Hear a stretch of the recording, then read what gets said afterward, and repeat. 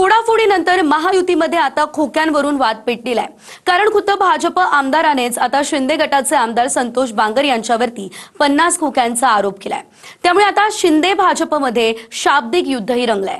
पाहूयात या संदर्भातला हा सविस्तर रिपोर्ट। 50 कोटी एकदम ओके खोके काहीतरी म्हणतात ना, ते कुणी घेतली 50? संतोष बांगरनं 50 कोटी घेतलेच आहेत ना, ते काय जग जाहीर आहे। शिंदे गटात जाण्यासाठी आमदार संतोष बांगर यांनी 50 कोटी घेतल्याचा आरोप आता खुद्द भाजपच करू लागली आहे। हिंगोलीचे भाजप आमदार तानाजी मुटकुळे यांच्या खळबळजनक आरोपांमुळे विरोधकांच्या दाव्यांना बळ मिळून पुन्हा 50 खोके एकदम ओके अशी चर्चा सुरू झाली आहे। हिंगोली पालिकेत शिवसेना शिंदे गट विरुद्ध भाजप आणि विरुद्ध महाविकास आघाडी अशी लढत आहे। काल बांगर यांनी भाजप आमदार मुटकुळेंच्या चारित्र्यावरून गंभीर आरोप केले होते। तो विषय आता थेट भाजप आमदारानं 50 खोक्यांपर्यंत नेलाय। 50 कोटी एकदम ओके खोके काहीतरी म्हणतात ना, ते कुणी घेतली 50? संतोष बांगरनं 50 कोटी घेतलेच आहेत ना, ते काय जग जाहीर आहे। ते लग्नात जरी गेले तर लोक 50 खोके एकदम ओके 50 खोके किती घोषणा लोकांनी दिल्यात। मात्र लोक कुठेतरी साहेब विसरले होते आता 50 खोके एकदम ओके, पण आता ह्या नगर परिषद निवडणुकीच्या याच्यात पुन्हा हा एकदा 50 खोके एकदम ओकेचा मुद्दा तुमच्या तोंडून ऐरण म्हणजे चर्चेत आलेला आहे परत एकदा। 100% खऱ्या गोष्टी लोकांना आठवण काढून द्यावं लागते। बाई हे किती चोर येतं ते लोकांना आठवण तर काढून द्या। लोक इसरहुळे असतात, त्यांना आठवण काढून द्यायला लागते। खुद हनुमंतराय विसरले होते तर लोक आहेत आपली जनता। आम्ही जे नेहमी ओरडत होतो ना की 50 खोके एकदम ओके, आज ते सिद्ध झालं। म्हणजे भारतीय जनता पार्टीच्याच आमदारांनी सांगितलं की यांनी 50 कोटी रुपये घेतले बांगरने। म्हणजे याचा अर्थ असा आहे की सगळ्यांनी पैसे घेतले। म्हणजे त्या ठिकाणी पैसे घेऊन त्या ठिकाणी फुटले। हे उद्धव साहेबांना सोडलं किंवा शिवसेना फोडली, हे पैसे घेऊन त्यांनी केले हे आता त्यांच्या लक्षात आलं।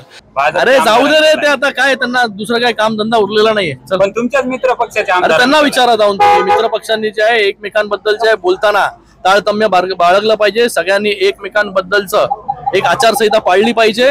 इलेक्शन आता 2 महिने आहेत। इलेक्शन नंतर जे आहे केंद्रामध्ये पण युती आहे आणि राज्यामध्ये पण युती आहे। तर प्रत्येकाने प्रत्येक नेत्याला शिंदे साहेबांनी पण सांगितलेलं आहे, मुख्यमंत्री देवेंद्र फडणवीसजींनी पण सांगितलेलं आहे। विशेष म्हणजे फक्त मुटकुळेच नाही तर शिंदे गटात जाण्याआधी खुद्द संतोष बांगर यांनीच करोडो रुपये देऊन आमदार फोडले जात असल्याचा आरोप शिंदे गटावर केला होता। शिंदे गटाला शिव्या शाप देताना उद्धव ठाकरेंसाठी ते ढसाढसा रडले होते। मात्र जादूची कांडी फिरावी तशी बांगरांची भाषा फिरली आणि ते शिंदे गटात सामील झाले। आमदार साहेबांना सांगितलं होतं की तुम्हाला मी 100 कोटी रुपये देतो आणि तुम्ही माझ्यासोबत या, पण आमदार साहेबांना सांगितलं मी बाळासाहेबांचा सैनिक आहे आणि मी उद्धव साहेबांसोबतच राहणार। स्वाभिमानानं जगा, स्वाभिमानानं ज्या छत्रपती शिवरायांच्या महाराष्ट्रामध्ये आम्ही राहतोय। कळकळीची विनंती करायची आहे की ज्याला शिवसेनेने ज्याला गद्दारी केली त्याच्यावरती पुन्हा गुलाल उधळला गेला नाही। संतोष लक्ष्मणराव बांगर 41।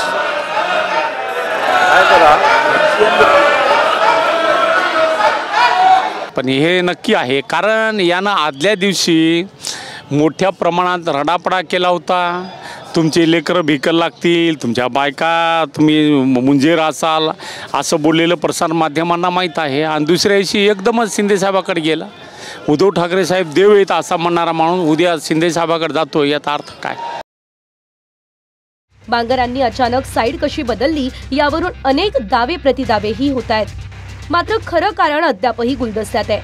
शिंदे गटाच्या बहुमत चाचणीच्या आदल्या रात्रीच बांगर ठाकरेंना सोडून शिंदेंकडे गेले होते। बांगर शिंदेंकडे कसे आले यावर विधानसभेत खुद्द शिंदेंनीच विषय छेडला होता। सत्तांतराच्या वेळेस त्यांनी मग तुम्हाला मदत केली, मग तुमचा आता आरोप होतोय त्यांच्यावर।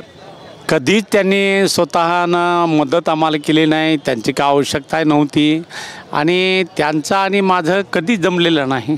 लोकांना विचारा ना, कुठल्या बी कार्यक्रमात गेले तर ते लग्नात जरी गेले तर लोक 50 खोके एकदम ओके 50 खोके किती घोषणा लोकांनी दिल्यात।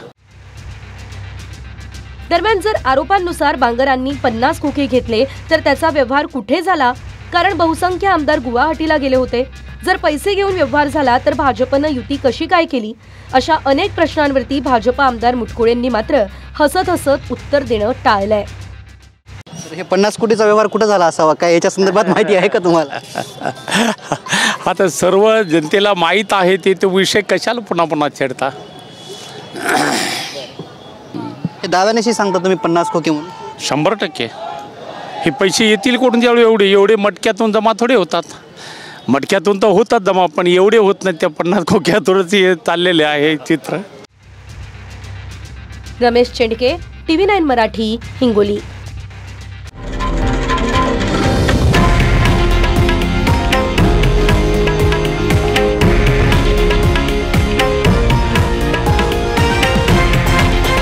हे आहे देशातील नंबर 1 न्यूज नेटवर्क आणि आपण पाहत आहात TV9 मराठी, एकमेव.